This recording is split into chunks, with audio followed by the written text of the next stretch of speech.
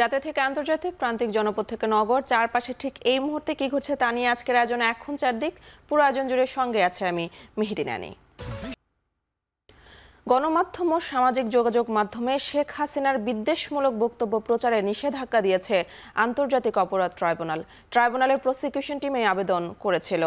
বিচারপতি মোহাম্মদ গোলাম মুর্তজার নেতৃত্বাধীন ৩ সদস্যের আন্তর্জাতিক অপরাধ ট্রাইব্যুনাল এই আদেশ দেয়। গণমাধ্যম ও সামাজিক যোগাযোগ মাধ্যম থেকে শেখ হাসিনার বিদ্বেষমূলক বক্তব্য সরিয়ে ফেলতে নির্দেশ দেওয়া হয়েছে বিটিআরসিকে। গত ১৭ অক্টোবর শেখ হাসিনা সহ ৪৬ জনের বিরুদ্ধে গণহত্যা ও মানবতা বিরোধী অপরাধের অভিযোগে গ্রেফতারি পরোয়ানা জারি হয়। ৫ জুলাই থেকে ৫ আগস্ট পর্যন্ত সারা দেশে সংঘটিত গণহত্যা ও মানবতা বিরোধী অপরাধের শতাধিক অভিযোগ আন্তর্জাতিক অপরাধ ট্রাইব্যুনালের তদন্ত সংস্থা ও প্রসিকিউশন অফিসে জমা পড়ে। এর প্রায় সবকটিতেই প্রধান আসামি শেখ হাসিনা। শেখ হাসিনা পলাতক থাকায় তার অবস্থান জানতে ও গ্রেফতারে ইন্টারপোলের সহায়তা চেয়েছে আন্তর্জাতিক অপরাধ ট্রাইব্যুনাল।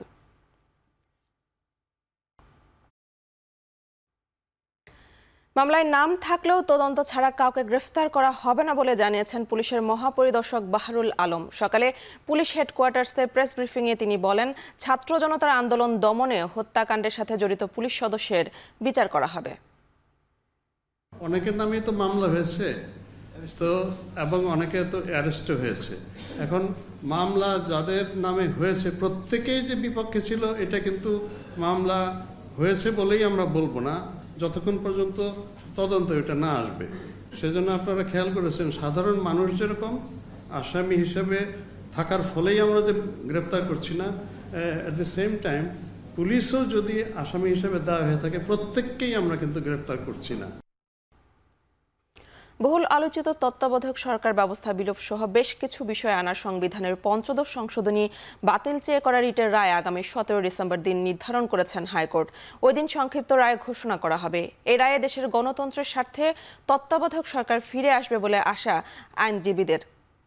রিটের উপর দেয়া রুলে শুনানি শেষে বৃহস্পতিবার বিচারপতি ফারা মাহবুব ও বিচারপতি দেবাশিস রায় চৌধুরী হাইকোর্ট বেঞ্চ রায়ের তারিখ ধার্য করেন। বিগত আওয়ামী লীগ সরকারের আমলে ২০১১ সালে সংবিধানের ওই সংশোধনী আনা হয়। ১৭ আগস্ট পঞ্চদশ সংশোধনীর বৈধতা নিয়ে সুশাসনের জন্য নাগরিকের সম্পাদক বদিউল আলম মজুমদার সহ ৫ জন বিশিষ্ট ব্যক্তি হাইকোর্টে রিট করেন। এই রিটের শুনানি নিয়ে পঞ্চদশ সংশোধনী বাতিলে রুল দেওয়া হয়। রুলের শুনানিতে বিএনপি জামাত সহ ১০ জন অন্তর্ভুক্ত হয়ে শুনানি করেন। সব পক্ষ শুনানিতে তত্ত্বাবধায়ক সরকার বাতিলের পক্ষে জোরালো আইনি যুক্তিতর্ক তুলে ধরেন। রাষ্ট্রপক্ষের অ্যাটর্নি জেনারেল পুরো সংশোধনী বাতিল চেয়েছেন।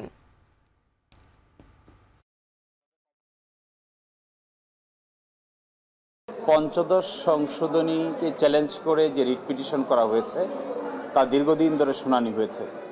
এখানে পিটিশনারদেরকে শোনানো হয়েছে, ইন্টারভেনার জেলা ছিলেন সবাইকে শুনানি করা হয়েছে এবং একই সাথে রাষ্ট্রকেও শুনানি করার সুযোগ দেওয়া হয়েছে।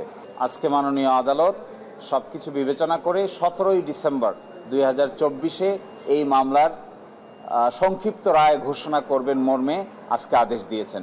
আমাদের প্রত্যাশা হলো পুরো ১৫তম সংশোধনী যে 15th অ্যামেন্ডমেন্ট একটা পুরোটাই বাতিল করবে অনারেবল কোর্ট।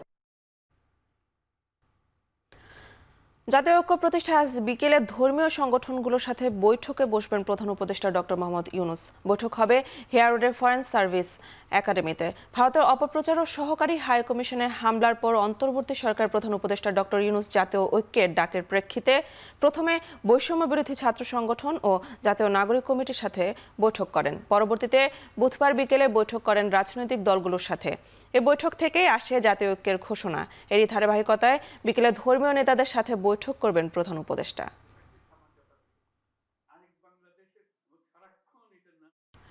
স্বরাষ্ট্র উপদেষ্টা বলেছেন, দেশে জাতীয় ঐক্যের ডাক ষড়যন্ত্র মোকাবেলা এবং শৃঙ্খলা রক্ষা ইতিবাচক সাড়া ফেলবে। সকালে পূর্বাঞ্চলে ফায়ার সার্ভিস ও সিভিল ডিফেন্স ট্রেনিং গ্রাউন্ডে আন্তর্জাতিক ভলান্টিয়ার দিবস উদ্বোধনী অনুষ্ঠান শেষে কথা বলেন তিনি। উপদেষ্টা বলেন, সীমান্তে কোনো উত্তেজনা নেই, তবে বাংলাদেশ নিয়ে ভারতের মিডিয়া নগ্ন অপপ্রচার চালাচ্ছে। বাংলাদেশে নয় বরং ভারতে শান্তিরক্ষী বাহিনী পাঠানো উচিত বলে মনে করেন তিনি। এ সময় প্রকৃত সত্য প্রকাশ করে তার প্রত্যুত্তর দিতে গণমাধ্যমকে ভূমিকা রাখার আহ্বান জানান স্বরাষ্ট্র উপদেষ্টা।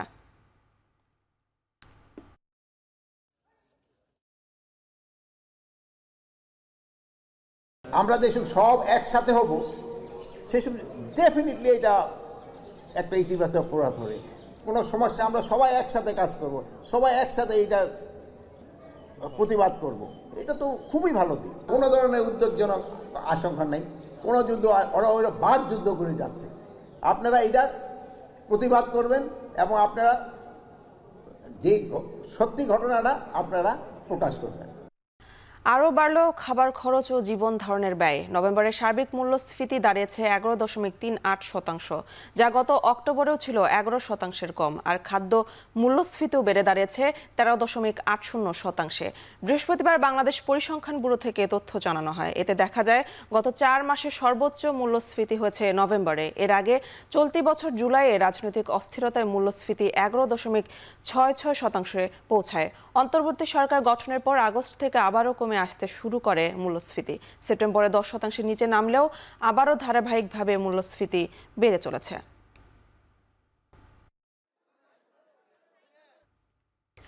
খেলাপি ঋণ আদায়ে চট্টগ্রামের খাতুনগঞ্জের বিএসএম গ্রুপের বিরুদ্ধে অবস্থান কর্মসূচি পালন করেছে ন্যাশনাল ব্যাংক কর্মকর্তারা।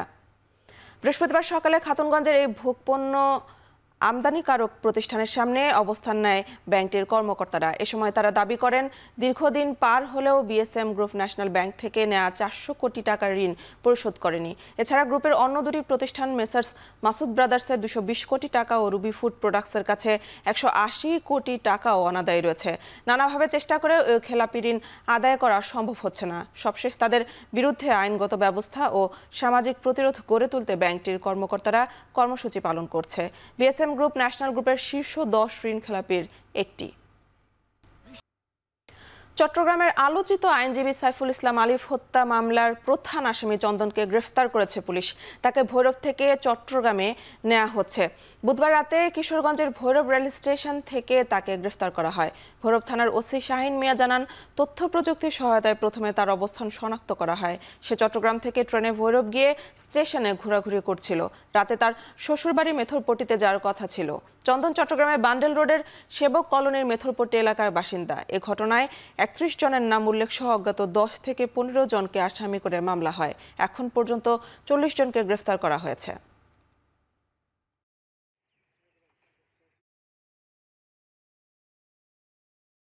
এই হত্যা মামলার 1 নম্বর এজাহার নামী আসামি চন্দন দাস, যিনি এই ঘটনার পর থেকে আত্মগোপনে চলে যান, গ্রেপ্তার এড়ানোর জন্য বিভিন্ন কৌশল অবলম্বন করে আমাদের কোতোয়ালি থানাধীন একটি বিশেষ টিম তাকে শুরু থেকে গ্রেপ্তারের জন্য প্রচেষ্টা চালিয়ে যায়।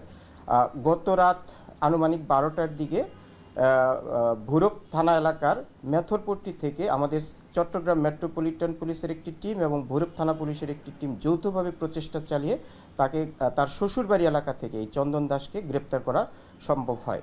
আমরা এই গ্রেপ্তারকৃত আসামির বিরুদ্ধে পুলিশের উপর আক্রমণের সংক্রান্ত আরেকটি মামলা রয়েছে, তাকে আমরা এখন নিয়ে আসছি। তার বিরুদ্ধে পরবর্তী যে আইনগত ব্যবস্থা সেটি নেওয়া হবে। চলতি বছরের মধ্যে আজ সর্বোচ্চ বায়ু দূষণ রেকর্ড করা হয়েছে রাজধানীতে। সুইজারল্যান্ড ভিত্তিক প্রতিষ্ঠান আইকিউ এয়ারে বাতাসের মান সূচকে সকাল 9টায় ঢাকার স্কোর ছিল 341। বিশ্বের 126টি শহরের মধ্যে এই সময় ঢাকার অবস্থান ছিল দ্বিতীয়। আজ ঢাকা ও আশেপাশের 3 স্থানে দূষণের মাত্রা সব থেকে বেশি। স্থান 3টি হলো Mirpur stern housing, Aga Khan academy ও ঢাকার বাড়িধারায় নতুন বাজার এলাকা। আজ সকালে 360 স্কোর নিয়ে বায়ু দূষণের শীর্ষে আছে ভারতের কলকাতা।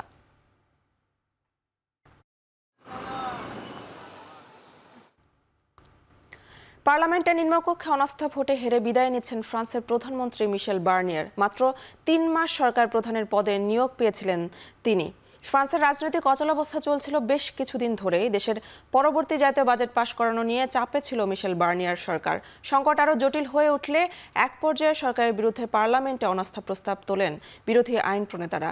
পার্লামেন্টের 577 সদস্যের নিম্নকক্ষে 331 জন আইন প্রণেতা অনাস্থা প্রস্তাবের পক্ষে রায় দিয়েছে। ফরাসি ইতিহাসে অনাস্থা ভোটে হেরে সরকার পতনের সর্বশেষ ঘটনা ঘটেছিল 1962 সালে।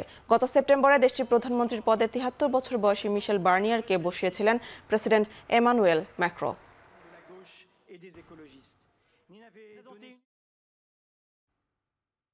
ইতিহাসে প্রথমবারের মতো বিটকয়েনের বিনিময় মূল্য ছাড়িয়েছে $1,00,000। 5 নভেম্বর মার্কিন প্রেসিডেন্ট নির্বাচনের পর ভার্চুয়াল মুদ্রাটির দাম বেড়েছে 30% বেশি। শুধু 2024 সালে বিটকয়েনের দর বৃদ্ধি হয়েছে 138%। বুধবার বাজার নিয়ন্ত্রক সংস্থা সিকিউরিটিজ অ্যান্ড এক্সচেঞ্জ কমিশনের নতুন চেয়ারম্যান হিসেবে পল অ্যাটকিন্সকে মনোনীত করেছেন ডোনাল্ড ট্রাম্প। ভার্চুয়াল সম্পদ তৈরির ক্ষেত্রে সমর্থনকারী প্রতিষ্ঠান ডিজিটাল চেম্বার অফ কমার্সের কো চেয়ারম্যানের দায়িত্বও সামলেছেন পল। ফলে বিনিয়োগকারীদের ধারণা ক্রিপ্টোকারেন্সি বান্ধব নীতিমালা প্রণয়ন করবে নবনির্বাচিত ট্রাম্প প্রশাসন। প্রায় 16 বছর আগে 2009 সালের 3রা জুন প্রথমবারের মতো উন্মুক্ত করা হয় বিটকয়েন। বড়দিনের আগেই বিটকয়েনের বিনিময় মূল্য $1,20,000 ছাড়ানোর আশা বিশেষজ্ঞদের।